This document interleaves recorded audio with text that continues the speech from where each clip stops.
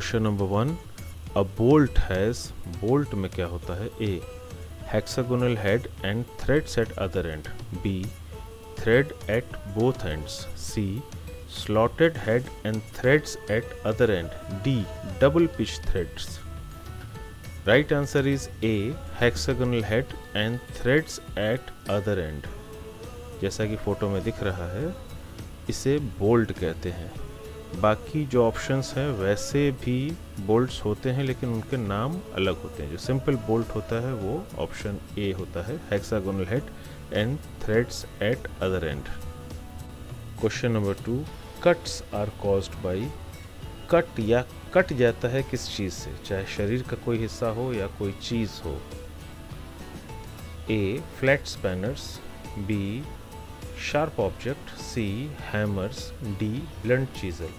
सही आंसर है B sharp object. कोई शार्प ऑब्जेक्ट, कोई तीखी चीज़ होगी तो उससे हमको कट लग सकता है, हमारा शरीर को कोई हिस्सा कट सकता है या कोई चीज़ हम काट सकते हैं, उसके लिए हमको बहुत तीखी चीज़ की ज़रूरत होती है।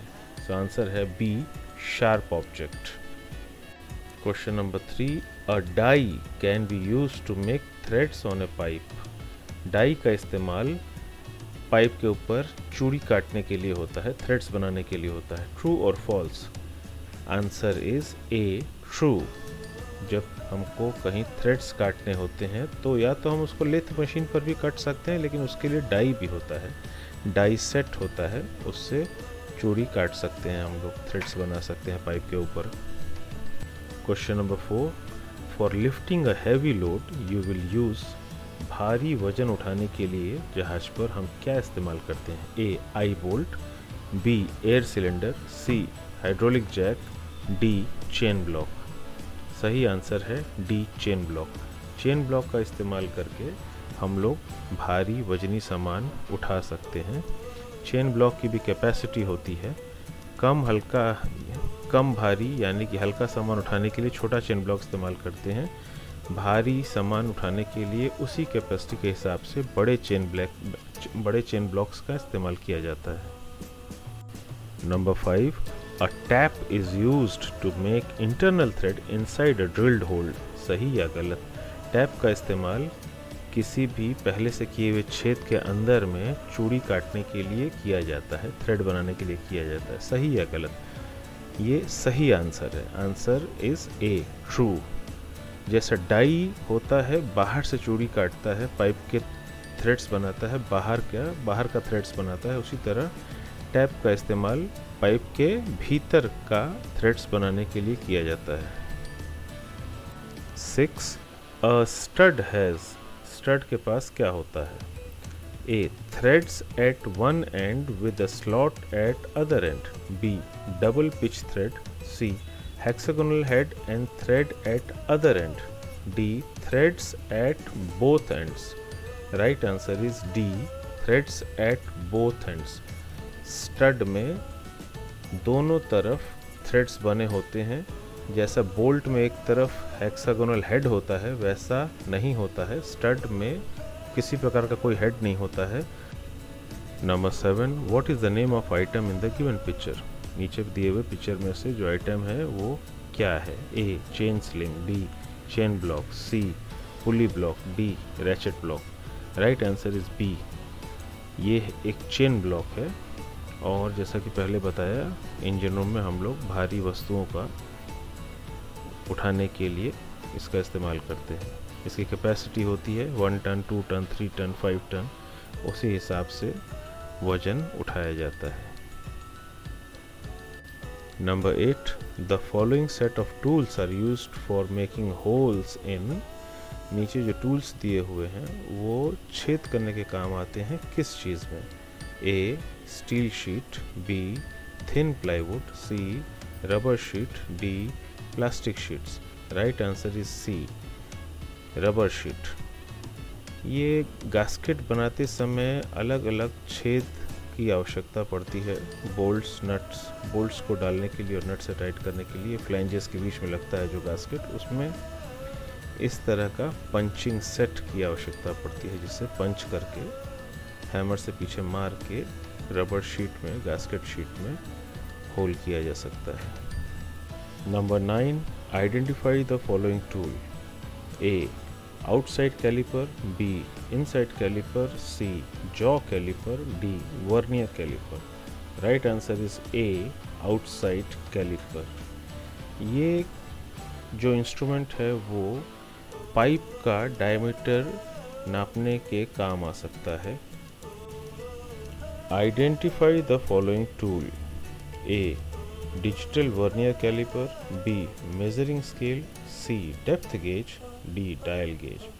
Answer is A digital vernier caliper.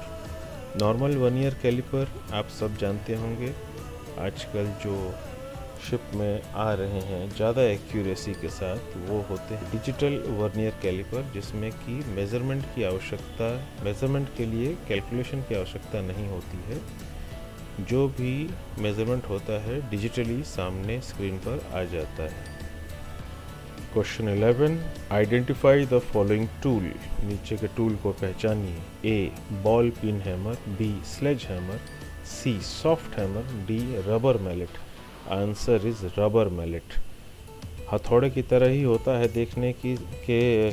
देखने में, लेकिन लोहे की जगह में आगे रबर लगा रहता है, तो इसका अक्सर काम होता है बेरिंग वगैरह बिठाने में, जबकि हम चाहते हैं कि हमारे चोट लगने से धक्का तो मिल जाए जिस चीज़ को मार रहे हैं उसको, पर उसका शेप में कोई खराबी ना आए, उस पर कोई निशान ना पड़े, तब इस तरह का सॉफ्ट स्ट्राइक की ज़रूरत पड़ती है, तो हम रबर मैलेट वगैरह इस्तेमाल करते हैं।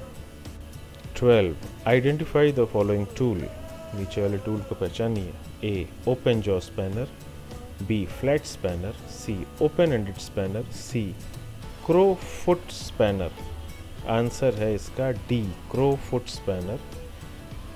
जब नट बहुत ही कठिन जगह पर हो जहाँ के कि साधारण स्पैनर काम ना कर रहे हों, तो स्पेशली डिज़ाइंड स्पैनर से उस नट को खोला जा सकता है।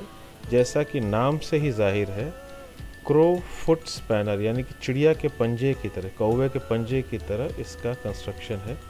पकड़ने के लिए हैंडल तो सीधा है, लेकिन जो स्पैनर का नट होल्डिंग वाला हिस्सा है वो 90 डिग्री पे बनाया गया है। स्पेशल टूल्स है, स्पेशल नट्स खोलने के काम आता है। 13, आइडेंटिफाई द फॉलोइंग टूल। नीचे वाले टूल को पहचानिए। A adjustable micrometer, B dial caliper, C thickness gauge, D vernier caliper. Right answer is D vernier calipers. Explanation अभी थोड़ी देर पहले दिया गया था, वो वाला डिजिटल था, ये वाला डिजिटल नहीं है, इसमें कुछ कैलकुलेशन करना पड़ता है मेज़रमेंट करने के लिए। Number 14, identify the following tool. नीचे दिए हुए टूल को पहचानिए। A ratchet block, B pulley block, C swivel block and D chain block. The right answer is pulley block. ये एक पुली ब्लॉक है, हालांकि इसमें से जो रस्सियाँ जाती हैं वो तस्वीर में दिखाया नहीं गया है, परंतु ये भी कुछ वजनी सामान उठाने के काम आ सकता है। 15, you can not use the following tool for driving screws. नीचे दिए हुए टूल को आप स्क्रू को खोलने या बंद करने के लिए इस्तेमाल नहीं कर सकते हैं।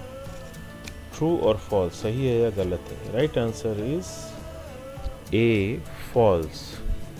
जैसा कि दिख रहा है साफ साफ तस्वीर में, एक स्क्रू ड्राइवर सेट है जिसका कि काम ही है अलग अलग तरीके के स्क्रू को खोलना या बंद करना, यानी कि उसका काम है स्क्रू को ड्राइव करना। सो ये सिर्फ और सिर्फ स्क्रू को ड्राइव करने के ही काम आता है। 16, identify the following tool. A half round file, B rasp file, C flat file, D reamer. Right answer is C flat file. File या हिंदी में उसे रेती भी बोलते हैं, घिसने के काम आता है, किसी चीज़ को चिकना करने के काम आता है। स्पेशली अगर लोहा वगैरह होता है, उसका एजेस यानी किनारा अगर बहुत शार्प हो जिससे कि हाथ वाथ कट जाए, तो उसको राउंड ऑफ करने के भी काम आता है, उसको थोड़ा सा ब्लंट करने का काम आता है। जो तीखापन है उसको हटाने के काम आता है, धीरे धीरे इससे घिस के उसको हटाया जाता है। Identify the following tool. A ball pin hammer, B soft hammer, C claw hammer, D sledge hammer. Right answer is A ball pin hammer. ये एक साधारण हथौड़ा ही है, लेकिन चूंकि इसका जो हैमर वाला पार्ट है, लोहा वाला जो पार्ट है, उसमें एक साइड आप देखेंगे तो बॉल जैसा बना हुआ स्ट्रक्चर है। एक तरफ बॉल जैसा रहता है गोल और दूसरी तरफ फ्लैट है। ये हुआ बॉल पिन हैमर। हैमर अलग अलग कंस्ट्रक्शंस के आते हैं, ये इस प्रकार को बोलते हैं ball pin hammer. 18 what is the equipment used for. नीचे दिया हुआ इक्विपमेंट किस काम आता है। A sand blasting, B surface grinding, C welding flat pieces, D cutting pipes. Right answer is B surface grinding. ये एक ग्राइंडर है, इसमें ग्राइंडिंग व्हील लगा रहता है नीचे। अक्सर ये बिजली से या फिर न्यूमेटिक यानी कि कंप्रेस्ड एयर से चलता है और सरफेस ग्राइंडिंग का काम आता है। जैसे कि रेती से जो काम हम कर सकते हैं, इससे वो काम हम काफ़ी तेज़ी से कर सकते हैं। 19 you can use the following tool for lifting heavy parts. नीचे दिए हुए जो फोटोग्राफ है, वो टूल का इस्तेमाल हम भारी चीज़ उठाने के लिए कर सकते हैं। करेक्ट और not correct. Answer is be true. हम भारी चीज़ उठाने के लिए कर सकते हैं, लेकिन सिर्फ इसी से नहीं, इसका हम जो है इस्तेमाल करेंगे चेन ब्लॉक के साथ या किसी पुली के साथ, तब हम इसका इस्तेमाल वजनी चीज़ उठाने के लिए कर सकते हैं। 20 identify the following tool. A chain spanner, B stud by, C slogging spanner, D ring spanner. Right answer is slogging spanner. इसको हम स्ट्राइकिंग स्पैनर भी बोल सकते हैं। ये देखिए कंस्ट्रक्शन इसका काफ़ी होता है, इसमें मेटल बहुत है, मोटा होता है, ये स्ट्रॉन्ग होता है, साधारण स्पैनर से बहुत ही तगड़ा होता है ये। जैसे कोई नट अगर ना खुल रहा हो, ज़िद्दी नट हो, रस्ट वगैरह थोड़ा सा लगा हो, तो इस तरह के स्पैनर्स को लगा के हैमर से वार किया जाता है ताकि झटके से वो नट खुल जाए। यदि किसी नट को बहुत ही ज़्यादा टाइट भी करना हो, जहाँ कि हमें टॉर्क स्पैनर वगैरह लगाने की आवश्यकता नहीं है, तो इस स्लॉगिंग स्पैनर या स्ट्राइकिंग स्पैनर का इस्तेमाल हैमर के साथ उस काम के लिए भी किया जा सकता है। 21 identify the following picture. A C clamp, B leg vice, B C bench vice, D pipe grip. Right answer is C bench vice. Workshop में ये हमेशा दिखेगा और एक से अधिक भी दिख सकता है। कोई भी पीस हो जिसमें कि हमें काम करना है, उसको इसमें पकड़कर फिर उसके ऊपर काम किया जा सकता है। कटिंग का काम हो, वेल्डिंग का काम हो, इसमें वाइस बेंच वाइस में पकड़कर पीसेस को वो काम किया जा सकता है। 22 identify the following tool. A ball pin hammer, B chipping hammer, C cross pin hammer, D soft hammer. Answer is C cross pin hammer. जैसा कि सामने दिख रहा है, एक तरफ नुकीला है और दूसरी तरफ फ्लैट सरफेस है इस हैमर का स्ट्राइकिंग साइड में, सो ये क्रॉस पिन हैमर कहा जाता है। 23 the following tool is called socket spanner set. True और फॉल्स। नीचे वाला जो दिया हुआ टूल है उसको सॉकेट स्पैनर सेट बोला जाता है और सही आंसर है बी ट्रू। हाँ, इसी को सॉकेट स्पैनर सेट बोलते हैं, जिसमें अलग अलग साइज़ के सॉकेट्स रहते हैं और साथ में रैचेट स्पैनर रहता है। 24 the given picture is of what. A scoop thermometer, B digital thermometer, C anemometer, D psychrometer. Right answer is A scoop thermometer. इसको बाथ थर्मामीटर भी बोलते हैं। मोस्टली इसमें जो नीचे का हिस्सा है वो एक कटोरी जैसा है उसको डुबा के पानी निकाल लिया जाता है, फिर अपने आँख के लेवल पर ला के थर्मामीटर से टेम्परेचर नापा जाता है। यानी कि जैसे कोई स्विमिंग पूल है या फिर कोई बाथ टब है जिसमें कि स्नान करने कोई जा रहा है, उसका पानी चेक करना है, तो इससे इसको स्कूप कर लेते हैं, पानी थोड़ा सा निकाल लेते हैं और थर्मामीटर पानी का टेम्परेचर चेक कर लेता है।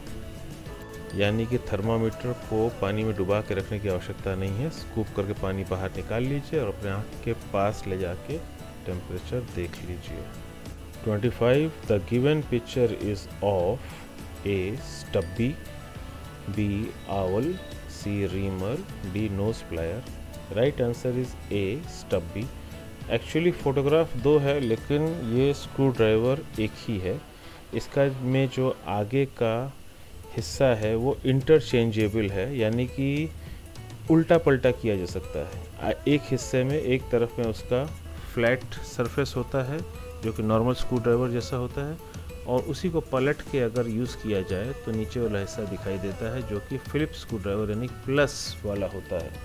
तो एक ही में दो होता है और साइज़ में भी छोटा होता है, इसको बोला जाता है स्टब्बी। 26. What is the name of the following tool? नीचे वाले टूल का नाम क्या है? A. Crow foot spanner, B. Adjustable spanner, C. Hammer, D. Owl. Right answer is B. Adjustable spanner. इसे शिफ्टर भी बोला जाता है पॉपुलर भाषा में जहाजियों के।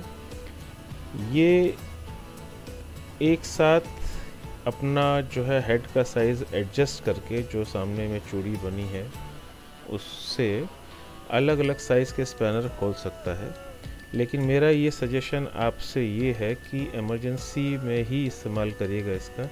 यदि आपको सीरियसली किसी मेंटेनेंस में काम करना है किसी मशीनरी पर, तो प्रॉपर जो स्पैनर सेट है उसका ही इस्तेमाल करिएगा।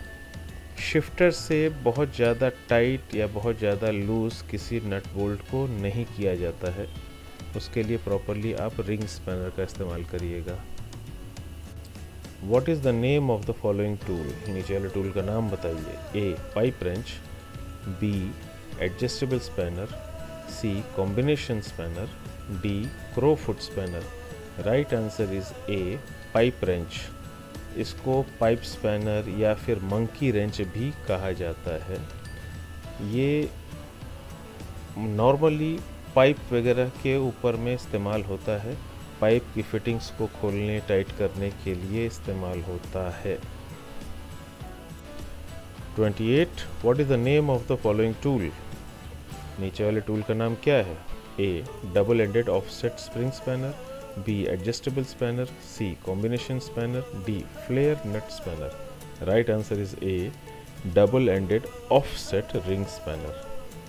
जैसा कि तस्वीर में दिखाई दे रहा है, ये एकदम सीधा नहीं है, बीच का जो शाफ्ट है, बीच की जो डंडी है उससे थोड़ा सा ऑफ है, ऊपर नीचे, इसीलिए इसका नाम है ऑफसेट। और दोनों तरफ रिंग स्पैनर है तो ये रिंग स्पैनर है, double ended offset ring spanner.